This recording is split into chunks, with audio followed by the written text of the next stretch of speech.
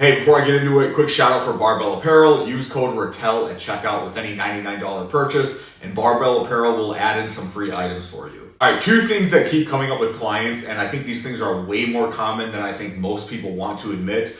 Number one is first, not drinking enough water, and two is not tracking meals accurately or precisely. Let's start with water first. If you struggle to drink enough, stop trying to just remember to hydrate and stop chugging your water when you do remember that you need some. Better strategy is just to attach the habit of water intake into what you're already doing. So what I mean by that is you're already eating 4 or 5 meals per day, probably. I'm eating 5 meals per day right now. So the rule is really simple here. Just drink 20 ounces of water with every meal, and then drink 20 ounces of water in between every meal. So if you eat 4 meals per day, that's already 80 ounces of water without thinking about it. 80 ounces is about 2/3 of a gallon of easy intake. And I don't even think you need a full gallon of water a day. I'm just kind of using that amount as a reference point. And then just always start your day with 20 ounces, right? When you wake up, drink 20 ounces of water. And now you're sitting at around 100 ounces of water for the day. That's likely plenty of water for most people. If you do this, there's no need for any sort of reminders to drink your water.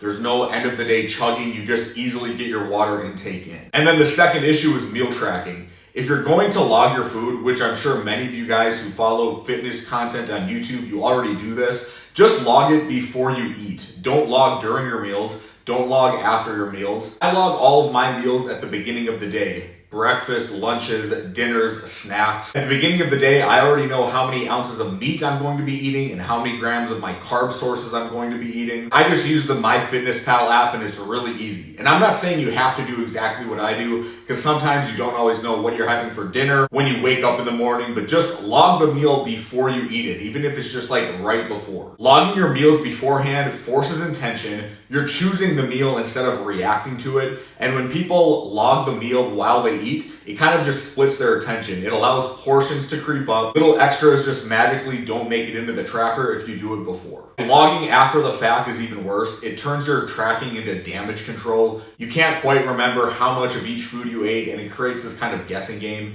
When you log your meals ahead of time, you usually just eat what you already planned. Much cleaner, much more accurate, and way more consistent over time. This style of nutrition management isn't all about motivation or willpower. It's just a really simple rule that removes late decision making, and it even gives you a little bit of wiggle room at the end of each meal to decide if you can or if you need to eat a little bit more, which is a huge bonus in my opinion. So I just wanted to share those two strategies for you guys. Hopefully that stuff is useful and something you can implement into your routines, but that's all I got for the video, guys. Let me know if you have any questions on this topic, put them in the comments, but I'll see you next time.